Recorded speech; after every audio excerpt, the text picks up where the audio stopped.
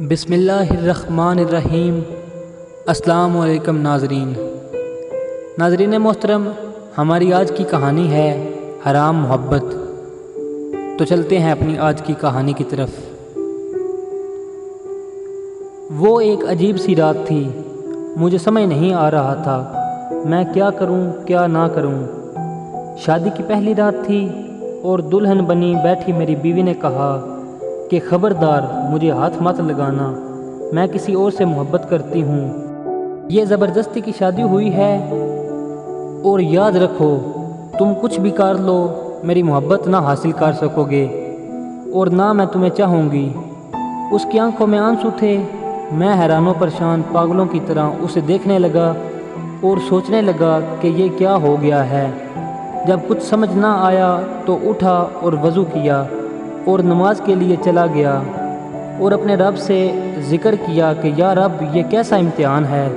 مجھے ڈر تھا، بہت زیادہ ڈر، معاشرے کا ڈر، خاندان والوں کا ڈر۔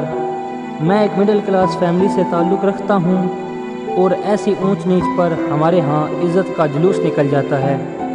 مختلف سوچیں آ جا رہی تھی کہ اگر یہ صبح گھر گئی اور واپس نہ آئی تو میری عزت کا کیا ہوگا؟ کیا پتہ یہ اپنے گھر میں یہ ہی نہ کہہ دے کہ یہ مرد اچھا نہیں ہے، اس سے شادی ختم کرواؤ۔ میں نے اس سے بات کرنا چاہی مگر مجھے گوارا نہ ہوا کہ میں اس عورت کی محنت کروں جس نے مجھے یوں ٹھکرا دیا۔ اللہ تعالیٰ سے شکوے شکایتیں کرتا کرتا سو گیا۔ اگر اسے کسی اور سے محبت تھی تو نکاح کے لیے ہاں ہی نہ کرتی، یا مجھے ہی بتا دیتی، میں اس سے خود رشتہ ختم کر دیتا۔ بات شادی تک بڑھتی ہی نہ، میری زندگی برباد تو نہ ہوتی۔ میں متوسط طبقے سے تعلق رکھنے والا آدمی شادی پر ساری جمع پونجی لگا چکا تھا۔ خیر، صبح وہ اپنے گھر چلی گئی، کوئی بات نہیں ہوئی۔ 3 دن تک کوئی ہل چال نہیں ہوئی۔ 3 دن بعد اس کی امی کی کال آئی کہ بیٹا تم آئے نہیں اپنی دلہن کو لینے، تو میں لینے چلا گیا۔ میں نے وہاں بھی کوئی بات نہیں کی، ہم واپس گھر آ گئے۔ میری بیوی میرے سامنے تو نہیں، البتہ باہر جا کر یا گھر کی چھت پر جا کر ہر رات کو فون پر کسی سے باتیں کرتی تھی۔ میں نے اس سے پوچھا تک نہیں وہ کس سے باتیں کرتی، کون ہے وہ، بس ایک بار پوچھا تھا کہ طلاق چاہیے، اس نے کہا نہیں۔ اس کا فون پر جو عشق تھا اس کا مجھے کوئی مطلب نہیں تھا۔ 5 ماہ ایسے ہی گزر گئے۔ میں کام سے تھکا ہارا رات کو گھر آتا، کھانا باہر سے کھا آتا اور جب بھی گھر آتا وہ فون پر باتیں کر رہی ہوتی۔ ایک دن اس نے کہا ایک بات پوچھوں؟ میں نے کہا ہاں کیوں نہیں۔ اس نے کہا کیا آپ کو مجھے دیکھ کر بات کرنے کی طلب نہیں ہوتی؟ میں نے کہا شادی سے پہلے بھی تو کنٹرول ہی تھا، تو تمہیں کیا لگتا ہے کہ اب بھی نہیں ہو سکے گا؟ مگر اس رات بات کچھ اور تھی۔ میں سویا ہوا تھا کہ میرے موبائل کی گھنٹی بجی۔ فون میرے دوست کا تھا۔ اس نے مجھے کہا کہ تمہاری بیوی کسی اور مرد کے ساتھ فلاں ہوٹل میں بیٹھی ہے۔ مجھے پہلے تو یقین نہیں آیا، لیکن جب اپنی بیوی کو گھر نہ پایا تو بے حد غصہ آیا۔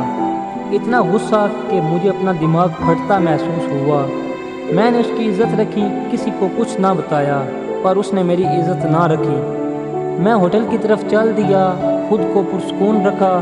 وہاں اس کو کسی غیر مرد کے ساتھ بیٹھا دیکھا تو آواز دی اور کہا کہ چلو گھر چلیں۔ وہ چپ چاپ گھر آ گئی۔ گھر لا کر اسے میں نے انتہائی زوردار تھپڑ مارا کہ میری انگلیاں اس کے منہ پر چھپ سی گئی۔ اس کو کہا اب تم اپنے گھر جاؤ اور آج سے میری طرف سے آزاد ہو، طلاق چاہیے ہو تو کہہ دینا، مگر میرے ساتھ میرے گھر میں نہیں رہ سکتی۔ وہ عورت آج بھی اپنے گھر میں ہے، طلاق نہیں مانگی اس نے۔ جس کے عشق میں وہ پاگل تھی اس نے اس کو اپنایا ہی نہیں اور بھاگ گیا۔ ایک دن روتے ہوئے اس کی کال آئی اور کہنے لگی مجھے اپنے نام سے محروم نہ کرنا، بس بھلے ہی مجھے اپنے پاس جگہ نہ دو لیکن طلاق مت دینا، بس آخری خواہش پوری کر دو۔ میں نے اس کی خواہش کا احترام کیا، طلاق نہیں دی۔ اس کے بعد مجھے 3 سے 4 سال لگے خود کو نارمل انسان بنانے میں، عورت پر یقین کرنے میں کہ ہر عورت ایک جیسی نہیں ہوتی۔ پھر آخر میں نے دوسری شادی کر لی۔ اب میرے 3 بچے ہیں۔ میری یہ والی بیوی بہت ہی نیک نکلی۔